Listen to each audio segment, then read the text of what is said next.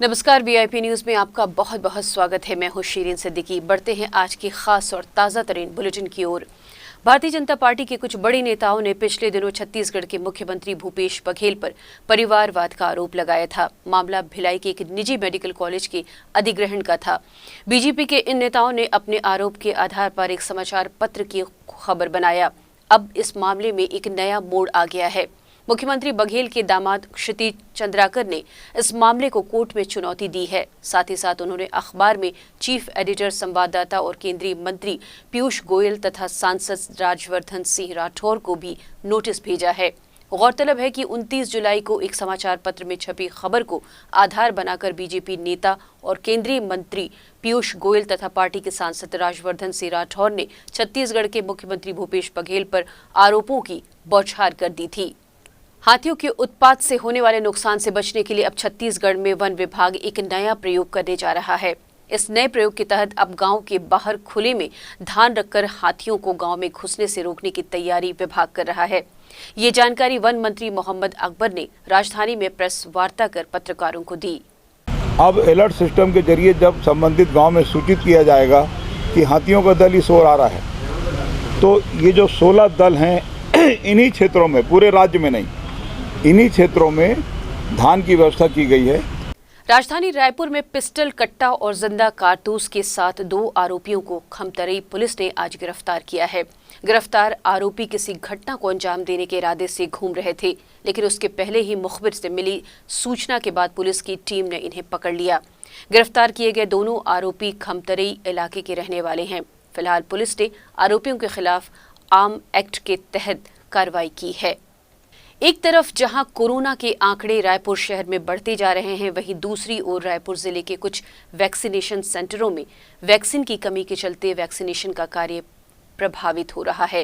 राजधानी के वैक्सीनेशन सेंटरों का क्या हाल है, आइए देखते हैं ताज़ा रिपोर्ट। रायपुर में कोरोना के आंकड़े लगातार बढ़ रहे हैं और आज रायपुर जिले में पूरे वैक्सीनेशन सेंटर में वैक्सीन के कमी के कारण बंद है। ये मेरे पीछे देख सकते हैं कि वैक्सीन सेंटर है मोआ का, जहां लोग वैक्सीन तो लगवाने आ रहे हैं, लेकिन वैक्सीन के कमी के कारण लोग वापस भी जा रहे हैं। ये तमाम लोग हैं जो वैक्सीन लगवाने पहुंचे थे, लेकिन कहीं ना कहीं वैक्सीन के जो कमी के कारण है वो वापस लौट रहे हैं। ये आप वैक्सीन लगवाने आए थे, कैसे वापस जा रहे हैं? कल बोले थे कि 9 बजे आने के लिए, लेकिन फिर आज अभी पता चले बच्चे लोग बोल रहे कि वैक्सीन तो लगेगा ही नहीं आज करके, तो अभी वापस जा रहे हैं। अब देख क्या कर सकते हैं। एक बार स्टेशन भी पता करूंगा वैक्सीन का, जाके वहाँ पर लग रहा था, क्योंकि है ना रात के समय रात में लग रहा था, उस दिन देखा था, तो अभी जाके पता करके आता। अगर आज वैक्सीन नहीं पहुँच पाता है तो कहीं ना कहीं पूरे प्रदेश भर में वैक्सीन की संकट गहरा जाएगी। अब देखने वाली बात यह होगी कि आने वाले दिनों में वैक्सीन की डोज कब तक छत्तीसगढ़ पहुँचती है। कैमरा पर्सन होरी के साथ खोमन साहू, रायपुर, वीआईपी न्यूज़। रायपुर शहर के नागरिक इन दिनों राजधानी की सड़कों में बने गड्ढों से खासे परेशान हैं। शहर के मुख्य मार्गों की सड़क पर बने गड्ढों के चलते आए दिन सड़क दुर्घटना देखने को मिलती है। ऐसा ही एक नज़ारा शहर के कटोरा तालाब इलाके में देखने को मिला, जहां सड़क पर बने गहरे गड्ढे में ई रिक्शा का पहिया फंस गया, जिससे ई रिक्शा सड़क पर ही पलट गया। इस दुर्घटना ने नगर निगम के सड़क सुधार के दावों की पोल खोल दी। हालांकि इस दौरान गलती ई रिक्शा चालकों की भी थी, जिसने अपने रिक्शे में सामान की ओवरलोडिंग कर रखी थी। बुलेटिन में एक छोटा सा ब्रेक लेते हैं, जल्द वापस आते हैं।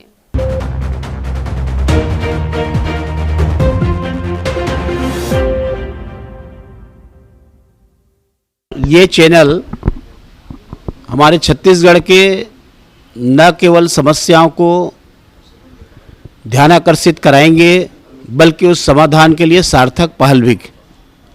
इसके साथ में हमारे छत्तीसगढ़ की जो संस्कृति है, हमारे कल्चर है, लोक शैली, लोक भाषा, लोकगीत और छत्तीसगढ़ की हमारी जो परंपरा है, तीज त्यौहार हैं, आपके चैनल के माध्यम से सबको देखने का अवसर प्राप्त होगा।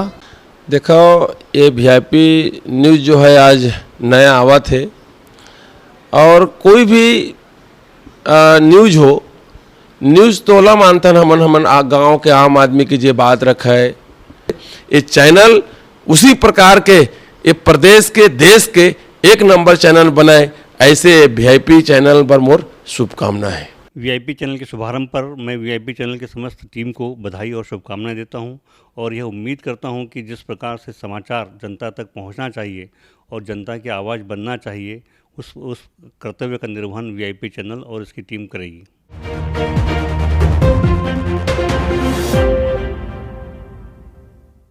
ब्रेक के बाद एक बार फिर आपका स्वागत है। बढ़ते हैं अगले खबर की ओर। प्रदेश में खाद्य संकट को लेकर बीजेपी और कांग्रेस लगातार एक दूसरे पर सियासी हमला कर रहे हैं। अब इधर कांग्रेस खाद्य की कमी को लेकर मोदी सरकार को घेरने की तैयारी में है, जिसे लेकर प्रदेश भर में कांग्रेस 6 अगस्त को प्रदर्शन करेगी।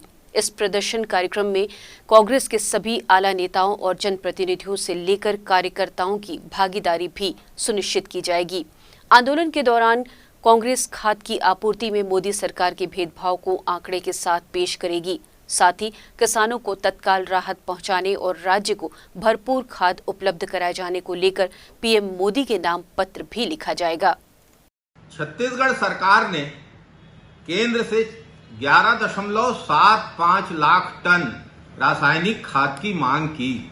जुलाई माह तक सिर्फ 5.26 लाख टन खाद मिल पाई है। स्पष्ट है कि छत्तीसगढ़ की मुख्य फसल धान है। खरीफ में धान लगाया जाता है और खरीफ में धान में खाद की भारी कमी परिलक्षित हो रही है। छत्तीसगढ़ के किसानों के साथ हो रहे इस अन्याय के खिलाफ केंद्र सरकार द्वारा जानबूझकर निर्मित खाद की कमी और संकट के खिलाफ छत्तीसगढ़ प्रदेश कांग्रेस कमेटी अध्यक्ष मोहन मरकाम के निर्देश पर सभी जिला और ब्लॉक मुख्यालयों में 6 अगस्त शुक्रवार को एक दिवसीय धरना प्रदर्शन किया जाएगा। इस धरना प्रदर्शन के बाद कांग्रेस जनों के द्वारा प्रधानमंत्री मोदी के नाम ज्ञापन सौंपा जाएगा। छत्तीसगढ़ वन विभाग द्वारा जंगली हाथियों के लिए बनाई जा रही धान खरीदी की योजना को लेकर प्रदेश में अब राजनीति शुरू हो गई है। दरअसल छत्तीसगढ़ के कई जिलों में हाथियों का उत्पात हमेशा रहता है और इन जिलों के ग्रामीण इलाकों में हाथी अनाज की तलाश में जुटे हुए हैं, जिससे निपटने वन विभाग द्वारा प्रदेश से धान लेने की बात कही जा रही है, जिसे लेकर विपक्ष ने सरकार पर जुबानी हमला भी कर दिया है।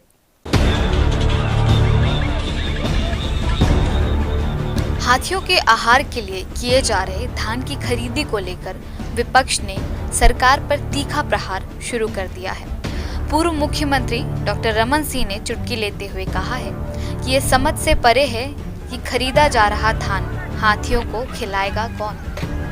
मुख्यमंत्री जी खुद हाथियों को धान खिलाएंगे या उनके मंत्री या विभागीय अधिकारी हाथियों को ढूंढ कर धान खिलाएंगे। उन्होंने इस योजना को गलत बताते हुए यह तमाम बातें कही हैं। ये अद्भुत बात है कि ऑक्शन में तो 1400 रुपये में बिक रहा है धान और हाथी को खिलाने के लिए सड़ा धान 2000 में खरीदेगा फॉरेस्ट विभाग। ये भी अद्भुत विभाग है फॉरेस्ट। यदि हाथी को खिलाने के लिए जिस हाथी का रूट अभी तक तय नहीं हुआ है, वो हाथी को खिलाने के लिए धान को क्या पूरे जंगल में फैला देंगे? क्या हाथी के लिए जैसे गौठान योजना बनाया वैसी कोई योजना बनाने वाले हैं कि हाथी वहाँ आएगा, सड़ा हुआ दाना भूसा खाएगा, पैरा खाएगा, ले जाएगा? ये अद्भुत योजना है कि हाथी को खिलाएंगे। तो कौन मंत्री है भैया जो हाथी के लिए चारा लेके खड़ा रहेगा? कौन फॉरेस्ट गार्ड रहेगा? हाथी अपने रास्ते में आता है। एलिफेंट का कॉरिडोर आज तक समझ नहीं आया भाई, तो भूसा पैरा और धान लेके घूमेंगे क्या पीछे पीछे? ये तो सिर्फ और सिर्फ अपनी गलती छुपाने के लिए बात को डाइवर्ट करने का योजना है। हाथियों के आहार के लिए धान खरीदे जाने को लेकर सरकार और विभागीय अधिकारियों का कहना है कि छत्तीसगढ़ वन विभाग जंगली उन हाथियों के लिए धान खरीदने की योजना बना रहा है जो राज्य के उत्तरी हिस्सों के गांवों में नियमित रूप से प्रवेश करते हैं और संपत्ति को नुकसान पहुंचाते हैं। ये हाथी कई बार लोगों की जान तक ले लेते हैं। विपक्ष द्वारा लगाए जा रहे आरोपों को लेकर संसदीय मंत्री रविंद्र चौबे ने कहा है कि इस योजना से धान का उपयोग भी हो जाएगा और हाथियों का उत्पाद भी कम हो जाएगा। उन्होंने बताया है कि महुआ, धान जैसे अनाजों की खुशबू पाकर हाथी इन क्षेत्रों में प्रवेश करते हैं, जिनसे निपटने के लिए यह उचित कदम है। कुछ चीजें परंपरागत रूप से छत्तीसगढ़ में कायम है। आज भी गांवों में हाथियों का जो प्रवेश होता है, तो जिनके यहाँ महुआ रखा है या जिनके यहाँ धान रखा है, उसी जगह में हाथी जा करके हादसा करते हैं। तो विभाग ये सोच रहा है कि अगर धान खाने के लिए हाथी आता है तो उसके लिए कुछ गांव के बाहर व्यवस्था कर दिया जाए तो गांव वालों को नुकसान ना हो। अब इतनी छोटी बात में भारतीय जनता पार्टी को पता नहीं क्या दिखाई दे रहा है, ये तो उनके विवेक पे छोड़ते हैं।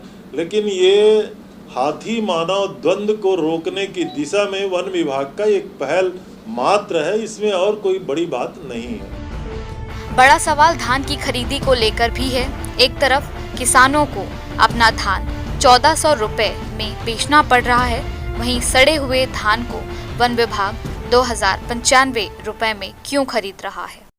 छत्तीसगढ़ के कई जिलों में लगातार हाथियों के उत्पात संबंधी खबरें सामने आती रहती है। बात करें सरगुजा, जसपुर, गरियाबंद, महासमुंद, कांकेर जैसे कई जिलों में लगातार हाथियों के दलों के द्वारा घर तोड़े जाने जैसी खबरें सामने आती रहती है। कई लोगों के जाने तक हाथियों की वजह से जाती है और इसके पीछे का कारण सरकार के द्वारा माना जा रहा है कि जो महुआ है, महुए की खुशबू पाकर हाथी ग्रामीण क्षेत्रों में प्रवेश करते हैं। इसके अलावा जो अनाज हैं, उन अनाजों के जरिए अनाजों को पाने के लिए जो हाथी हैं वो ग्रामीण क्षेत्रों में जाते हैं। इन सभी चीज़ों से निपटने के लिए सरकार ने एक नई योजना बनाई है, जिसके अंतर्गत वन विभाग शासन से ही धान की खरीदी कर ग्रामीण क्षेत्रों के बाहर रखेगा, ताकि हाथी के दल जो हैं ग्रामीण क्षेत्रों में ना पहुंचकर उन अनाजों तक ही पहुंच पाएं और उससे ज़्यादा अंदर ना आ सकें। इस तरह के हालातों से निपटने के लिए सरकार ने ये योजना बनाई है, लेकिन इस योजना के आने से पहले ही विपक्ष ने सरकार को घेरना शुरू कर दिया है। डॉक्टर रमन सिंह ने भी सरकार से पूछा है कि आखिर ये धान खिलाएगा कौन, कि मुख्यमंत्री भूपेश बघेल ये धान खिलाएंगे या फिर उनके विभागीय मंत्री या विभागीय अधिकारी ये धान हाथियों तक पहुँचाएंगे। इस तरह की तमाम बातें उन्होंने कही, कई सवाल भी उन्होंने उठाए हैं। वहीं सरकार के द्वारा ये भी पक्ष रखा जा रहा है कि हाथियों से निपटने के लिए एक अच्छी पहल है और एक सटीक काम है, जिससे हाथियों के इस तरह के हालातों से निपटा जा सकता है। आने वाले समय में सरकार की योजना कितना कारगर साबित होती है और हाथियों से निपटने में ये कितना सहायक साबित होती है, ये देखने वाली बात होगी। वीआईपी न्यूज़ के लिए अमीन कुरैशी के साथ अंकित मिश्रा की रिपोर्ट। रायपुर शहर में कोतवाली पुलिस ने नेहरू नगर इलाके में एक युवक को गिरफ्तार किया है। युवक के पास से पुलिस ने नशीली कफ सिरप भी बरामद की है। आरोपी नशीली कफ सिरप की डिलीवरी देने के लिए नेहरू नगर इलाके में पहुंचा था। तभी इसकी सूचना पुलिस को मिली और पुलिस ने घेराबंदी कर आरोपी को दबोच लिया।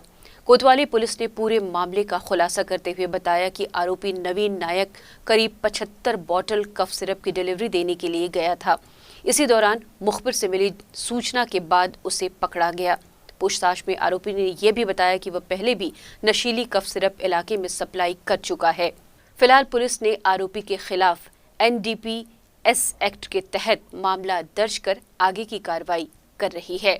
कालीवाड़ी चौक के पास पुलिस के मुखबिर से सूचना मिली थी कि एक व्यक्ति जो है कफ सिरप लेकर घूम रहा है। इस सूचना पर छापामार कार्रवाई की गई थी, जिसमें से आरोपी नवीन नायक के पास से लगभग 75 नग सिरप मिला है।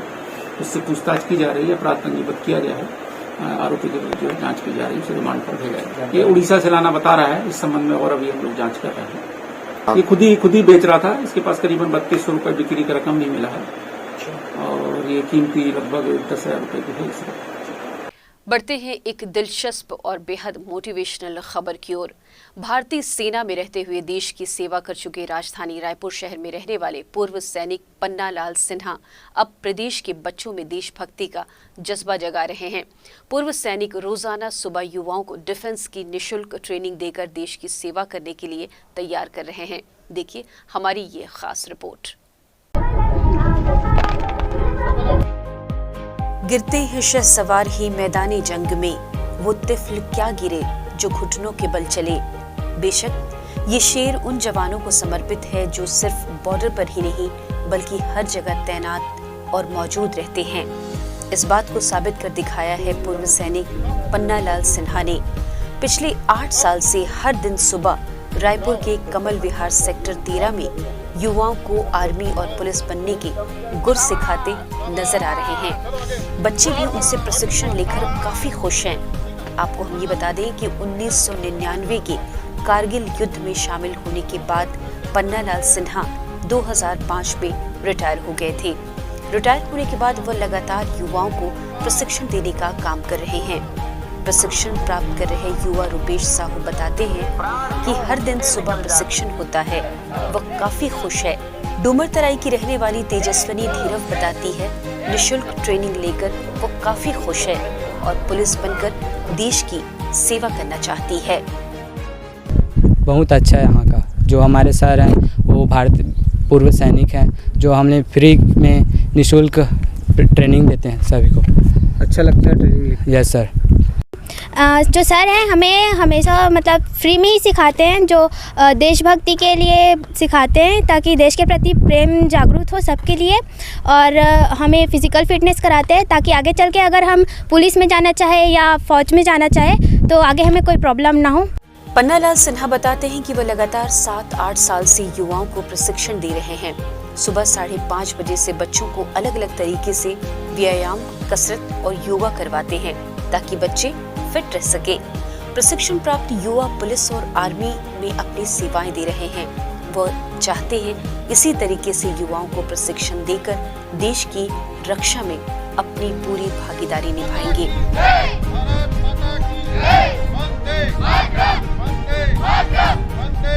मैं 1999 कारगिल युद्ध के बाद में 2005 में मैं रिटायरमेंट आया, और उसके बाद में यहाँ की स्थिति को देखते हुए मैं यहाँ पर बच्चों को फ्री ट्रेनिंग देता हूँ। मेरा सिर्फ उद्देश्य यही है कि बच्चे फिजिकल फिटनेस रहें, शारीरिक बढ़ाव आगे बढ़िया से बढ़े। छत्तीसगढ़ में मैं देखा हूँ फौज बहुत कम जाते हैं, तो चाहे पुलिस हो या फौज हो या कोई भी जगह में जाए तो अपने उद्देश्य की पूर्ति के लिए बढ़िया से इनको ट्रेनिंग देता हूँ। पन्नालाल सिन्हा से प्रशिक्षण प्राप्त कई युवा अब देश की सेवा में कार्यरत है। ऐसे काम करने वाले वीर जवानों को वीआईपी न्यूज़ सलाम करता है। कैमरा पर्सन होरी के साथ खोमन साहू, वीआईपी न्यूज़ रायपुर। सरकार द्वारा पिछले दिनों बढ़ाए गए बिजली के दाम को लेकर प्रदेश में राजनीति विवाद और ज्यादा गहराता जा रहा है। विपक्ष लगातार सरकार पर प्रहार पे प्रहार कर रहा है। दरअसल सरकार बनने के पहले चुनावी घोषणा पत्र में कांग्रेस ने बिजली हाफ करने का वादा जनता से किया था, जिसके बाद अब बिजली की दरों में 6% तक की वृद्धि कर दी गई है, जिसे लेकर विपक्ष हमलावर की स्थिति में नजर आ रहा है। फिर एक बार बढ़ाए गए बिजली के दामों को लेकर सरकार को घेरते हुए पूर्व मुख्यमंत्री डॉक्टर रमन ने बिजली के दाम बढ़ाए जाने को जनता के साथ धोखा बताया है। उन्होंने कहा है कि कांग्रेस बिजली बिल हाफ का वादा करके सत्ता में आई, लेकिन ग्रामीण क्षेत्रों में बिजली ही हाफ कर दी गई। अब तो नए टैरिफ में गरीबों की बिजली को भी महंगा कर दिया गया है। यह सीधे सीधे जनता की जेब को साफ करने का कदम है। उन्होंने पावर रेटिंग में छत्तीसगढ़ की कमजोर स्थिति को लेकर भी निशाना साधा है और कहा है कि भाजपा शासनकाल में बिजली के मामले में छत्तीसगढ़ 20 श्रेणी में था और देश में 20वां स्थान था, लेकिन अब भूपेश सरकार में सी श्रेणी में पहुंच गया है, जो कि 30वें स्थान तक जा पहुंचा है। जन घोषणा पत्र के वादे के अनुसार 400 यूनिट तक की बिजली में सबका बिल हाफ करने का वादा इन्होंने किया। बिजली बिल हाफ करते करते पूरे ग्रामीण क्षेत्र में बिजली अपने आप हाफ हो गया। इतनी कटौती हुई है कि लोगों ने रास्ते गांव-गांव में चक्का जाम किया, पंप चलना बंद हो गया। तो बिजली हाफ तो हो ही गया इनका, और बिजली हाफ होने के साथ साथ एक जो बड़ा काम उन्होंने कहा है कि जनता का जेब साफ करने का बड़ा कदम उठाया। बिजली के बिल में एक झटका उन्होंने दिया और अनाप शनाप वृद्धि हुई।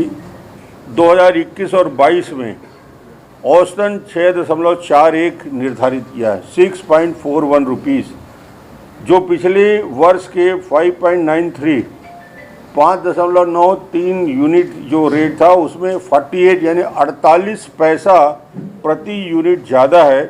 ये उन्होंने नियामक आयोग के माध्यम से इसको घोषित किया। वहीं संसदीय कार्य मंत्री रविंद्र चौबे ने बढ़ाए गए बिजली के दामों को लेकर सफाई दिया है और कहा है कि सरकार ने बिजली बिल आधा करने का जो वादा किया था वो अब भी निभाया जा रहा है। उन्होंने बताया है कि जरूरत पड़ने पर नियामक आयोग समय समय पर बिजली के दर में कुछ वृद्धि करती है, लेकिन सरकार अब भी अपनी बातों पर अडिग है। वर्तमान में भी प्रदेश की जनता का बिल आधा ही लिया जा रहा है। बिजली बिल हाफ करने का वायदा था, वो वायदा हम कल से पूरा कर रहे हैं, आज भी पूरा कर रहे हैं, आने वाले समय में भी पूरा करेंगे। ये जो टैरिफ है, नियामक आयोग हर साल इसको तय करता है। तीसरे साल में थोड़ी वृद्धि किया गया है, तो मैं समझता हूँ इसी को कोई बहुत ज़्यादा किसी को इससे तकलीफ नहीं होने वाली है। इधर प्रदेश भर में स्कूल तो खुल चुके हैं, लेकिन प्रदेश के कुछ बड़े निजी स्कूल द्वारा ऑनलाइन क्लास के नाम पर वसूली की जाने वाली फीस को लेकर स्टूडेंट के पालकों में आक्रोश देखने को मिल रहा है। ऐसा ही एक मामला राजधानी रायपुर के बैरन बाजार स्थित एक निजी स्कूल में देखने को मिला, जहां कुछ पालकों ने इस बात का विरोध भी जताया। हमारे साथ है होली क्रॉस स्कूल के पालक समिति के सेक्रेटरी। आइए इनसे जानते हैं जो पालकों का कहना है कि कम से कम 30% जो फीस है वो लागू किया जाए स्कूल में ऑनलाइन क्लासेस को लेकर। कोरोना काल के समय ऑलरेडी हमारे स्कूल होली क्रॉस ने स्कूल की फीस, जो बच्चों की फीस हमने कम की हुई है अन्य स्कूलों से। बात रही कि ऑनलाइन क्लास की, तो ऑनलाइन क्लास में हमारे द्वारा पूरा सब्जेक्ट पढ़ाया जा रहा है। तो जो पेरेंट्स पिछले 1.5-2 साल से फीस नहीं दी है, तो उन पेरेंट्स के बच्चों को भी हमने इस साल बराबर उनकी पढ़ाई होने दी, एग्ज़ाम होने दिया। किसी प्रकार का उनमें बच्चों की भविष्य के साथ कोई खिलवाड़ नहीं किया गया स्कूल द्वारा, और वही पेरेंट्स बोल रहे हैं कि हमारी फीस माफ़ कर दी जाए। कोरोना के डर की साए में प्रदेश के लगभग सभी स्कूल 2 अगस्त को खोल दिए गए हैं। हम इस समय राजधानी रायपुर के होली क्रॉस स्कूल के पास है और कुछ पेरेंट्स जो आए हैं वो ऑनलाइन क्लास को लेकर और फीस को लेकर कुछ विवाद कर रहे हैं। तो आइए जानते हैं कि मामला क्या है। यहाँ पे हम पिछले 1.5 साल से एक ही बात लेकर के बैठे हैं। सभी स्कूल में गए हैं और सभी सरकारी संस्थानों में, शिक्षा विभाग में भी गए हैं। वहाँ एक ही चीज़ बोली है कि जितना वर्चुअल क्लास की एक्चुअल फीस जो ली जा रही है उसको रोका जाए और किसी भी बच्चों को ऑनलाइन क्लास से ना निकाला जाए। लेकिन स्कूल प्रशासन ने अभी ऐसा कर दिया है कि जिन पालकों ने फ़ीस नहीं दी है अपने मजबूरीवश, या किसी का व्यापार ख़त्म हो गया है, किसी की नौकरी चली गई है, किसी के परिवार से किसी की मृत्यु भी हो गई है, उसके पश्चात भी आज निजी स्कूलों ने ये कर दिया है कि किसी भी बच्चे को ना तो ऑनलाइन क्लास में जोड़ रहे हैं और ना ही उसकी फ़ीस को लेकर के कोई बात कर रहे हैं। हमारा ये कहना है कि जितनी वर्चुअल क्लास चली है तो उसकी एक्चुअल फ़ीस ना दी जाए। आज इन्होंने सभी मदों को मिला करके ट्यूशन फीस के नाम पर सभी मदों को मिला करके एक फ़ीस कर दी है। स्कूल प्रबंध का कहना क्या है कि जितनी फीस है वो उतना ही भरने को कह रहे हैं। स्कूल प्रबंधन का तो शुरू से ये कहना है कि हमारी जो फीस है वो शुरू से कम है और हम उतनी ही फीस लेंगे। जो स्कूल में पढ़ाने वाले टीचर हैं उनके मोबाइल के बेस पे ये लोग पूरा साल निकाल दिया गया, पिछली वर्ष भी और अभी भी वही स्थिति है, ना तो सरकार के द्वारा और ना ही स्कूल प्रबंधन के द्वारा। ऑनलाइन क्लास से कोई सेटिस्फाई नहीं है। 1 घंटे में क्या पढ़ाई होगी, है ना, वो तो पूरा अटेंडेंस लेने में ही निकल जाता है 1 घंटा जो है। पढ़ाई का जो अभी तरीका जो बनाया गया, अभी ऑनलाइन में जो किया गया है वो तरीका भी वैसा डेवलप ही नहीं किया गया है कि वो उन बच्चों पर भी हम फोकस कर सके। तो पालकों का कहना है कि कोरोना काल में एक तो स्कूल खोलना नहीं चाहिए था, क्योंकि जो शंका है थर्ड वेव आने की वो तो है ही, और ना ही यहाँ पर सैनिटाइजर है, ना ही सोशल डिस्टेंसिंग का पालन किया जा रहा है, और जो फीस के नाम से है वो 30% लेने को भी तैयार नहीं है स्कूल प्रबंधन। कैमरामैन अमीन के साथ VIP न्यूज़ से पद्मा कुलदीप। जांजगीर चांपा जिले में पामगढ़ थाना क्षेत्र के ससहा गांव में संचालित देसी शराब दुकान में अज्ञात लोगों ने करीब 1.5 लाख रुपए की चोरी कर ली। मिली जानकारी के अनुसार घटना की रिपोर्ट पामगढ़ पुलिस थाने में दर्ज करा दी गई है, जिसके बाद पुलिस जांच में जुट गई है। ये पामगढ़ थाना क्षेत्र के ग्राम ससहा में जो देशी शराब की दुकान है, वहाँ पर रात्रि में लगभग 1.5 लाख रुपए की कैश चोरी होने का मामला सामने आया है, जिसमें अभी आबकारी विभाग की जो टीम है उसने थाने में आकर सूचना दी है और इसमें अभी पुलिस के द्वारा आसपास के जो CCTV फुटेज है वो खंगाले जा रहे हैं और तस्दीक की जा रही है। बेबीतरा कृषि मंडी गेट के सामने नेशनल हाईवे पर चलती कार में अचानक आग लग गई। इस दौरान कार चालक ने भागकर अपनी जान बचाई। सूचना मिलने के बाद फायर ब्रिगेड की मदद से आग पर काबू पा लिया। हालांकि तब तक कार पूरी तरह जल चुकी थी। ये कैसे घटना घट गई? अचानक शॉर्ट सर्किट हुआ। अच्छा, और कौन कौन थे इसमें? अकेला था मैं। कार में कुछ रखा हुआ था क्या? कार में कुछ नहीं, फाइल वाइल था। जशपुर जिले में प्रशासन की जांच समिति ने जिले के अस्पतालों में चिकित्सा सामग्री की खरीदी में 12 करोड़ रुपए की वित्तीय गड़बड़ी का मामला उजागर किया है। करोड़ों की खरीदी में गड़बड़ी पाए जाने के बाद जिला कलेक्टर ने जांच समिति बनाकर इस मामले की जांच कराई गई, जिसमें लगभग 12 करोड़ रुपए की गड़बड़ी का मामला उजागर हुआ है। अस्पताल में शिकायत प्राप्त हुआ था कि राशि का बिना नियमों के पालन किए खर्चा किया गया है। उस पर 5 सदस्यीय जांच कमेटी बनी थी और जांच कमेटी ने जो रिपोर्ट दिया है उसमें लगभग 12 करोड़ की राशि का इस तरह से बगैर नियमों के पालन किए सामग्री क्रय करने की बात आई है और ये रिपोर्ट को हमने संचालक स्वास्थ्य को भेज दिया है। जी सर, इन पर किन किन पर कार्रवाई हुई? देखिए, जो उसमें संलिप्त हैं सबके विरुद्ध जो है अब जो है शासन के द्वारा कार्रवाई की जाएगी। बालोद जिले की महिला समूह ने इन दिनों राखी त्योहार के पूर्व भाइयों की कलाइयों के लिए इको फ्रेंडली राखी बना रही हैं। इस राखी निर्माण में पर्यावरण संरक्षण को बढ़ावा देने के लिए ये महिलाएं धान की बाली, बांस, सब्जियों के बीज और विभिन्न प्रकार की देसी सामग्रियों का उपयोग कर आकर्षक राखियां तैयार कर रही हैं। दरअसल बालोद जिले में बिहान योजना से जुड़ी जिले भर की महिला 13 स्वयं सहायता समूह की 35 से अधिक महिलाएं धान की बाली, बांस, सब्जियों के बीज और विभिन्न तरह के देशी चीजों का इस्तेमाल कर सुंदर और आकर्षक राखियां बना रही हैं और इस राखी को जिला प्रशासन ने बालोद बंधन के नाम से ब्रांडिंग, इसकी मार्केटिंग भी कर रहे हैं। अभी हमारे जिले में लगभग 13 स्वयं सहायता समूह की 35 महिलाएं इस कार्य से जुड़ी हुई हैं और जिन्होंने धान, सब्जी बीज, बांस आदि की राखियाँ बना रही हैं लगातार। और हमने पिछले बार भी इस तरह का काम किया था और लगभग 5 लाख रुपए उसमें स्वयं सहायता समूह को अर्निंग हुई थी। इस बार हमने थोड़े बड़े पैमाने पर ये काम किया है और कलेक्टर साहब ने इसको बालोद बंधन नाम दिया है और इस नाम से हमने इस बार 25 लाख रुपए का लक्ष्य रखा है और अभी हमको दुर्ग, भिलाई और रायपुर से लगभग 1.5 लाख रुपए का ऑर्डर मिल चुका है। पिछले वर्ष की अपेक्षा इस वर्ष राखियों की डिमांड भी बढ़ी है। इससे इन महिलाओं को अच्छी खासी आय भी अर्जित हो रही है। ये बीज से बना राखी है। बीज के माध्यम से जैसे अरहर के बीज है, चना के बीज है, मूंग बीज है, उड़द बीज है, ये सब चीज से बना थे। और राखी बनाने से ये फायदा है कि हम लोग घर बैठे काम मिला थे, बाहर जा के नौबत नहीं है। समूह में जुड़े थे 2 साल हो गए हम लोग राखी बना, लेकिन ये साल कुछ ज्यादा ही डिमांड है, ये कारण सब सदस्य द्वारा राखी बना रहे हैं। 10 रुपए से लेकर 40 रुपए तक की आकर्षक रंग बिरंगी राखियां महिलाएं तैयार कर रही हैं। ये हमारे 2 साल से इसका निर्माण किया जा रहा है और ज्यादा मतलब बीज का ही डिमांड है क्योंकि कुछ नया है और प्रकृति के अनुकूल है। पिछले सत्र में हमारा कोरोना जब से आया है, लोगों को इस बात का एहसास हुआ कि पेड़ पौधे और बीजों का कितना महत्व है और एक उद्देश्य इस तरह से भी था कि बीज का कि जहाँ बीज गिरेगा, बरसात का मौसम है तो वहाँ तो पौधा होगा ही होगा। और अगर भाइयाँ चाहें तो हमारे एक राखी में लगभग 10 से 12-15 बीज लगे हुए हैं, उसको अपना कहीं लगा ले पौधा और वो यादगार रहेगा।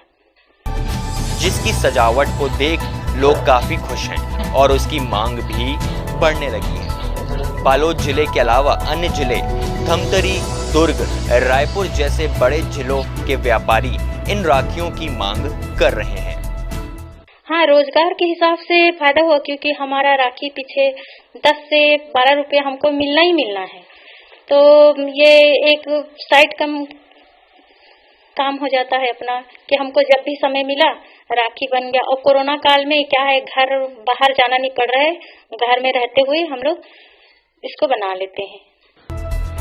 वहीं जिला पंचायत सीईओ डॉक्टर रेणुका श्रीवास्तव ने बताया कि भिलाई और रायपुर से लगभग 1.5 लाख रुपए का ऑर्डर मिल चुका है और सीईओ ने नागरिकों से अपील की कि समूह की महिलाओं द्वारा बनाई जा रही राखियों का इस्तेमाल करें ताकि महिलाओं को इससे प्रोत्साहन मिल सके। छत्तीसगढ़ में कोरोना के बढ़ते मामलों के बीच यात्रा पर प्रतिबंध फिर से लागू हो गया है। सरकार छत्तीसगढ़ आने वाले हवाई यात्रियों के लिए कोरोना की RT-PCR की जांच रिपोर्ट को अनिवार्य कर दिया है। जिन यात्रियों के पास ये रिपोर्ट नहीं होगी उन्हें एयरपोर्ट पर ही कोविड की जांच करानी होगी। इसके साथ ये समाचार बुलेटिन अब समाप्त होता है। छत्तीसगढ़ की खास खबरों के साथ शाम 5:30 बजे फिर होगी मुलाकात। तब तक के लिए देश दुनिया की बाकी खबरों के लिए बने रहिए VIP न्यूज़ के साथ। नमस्कार।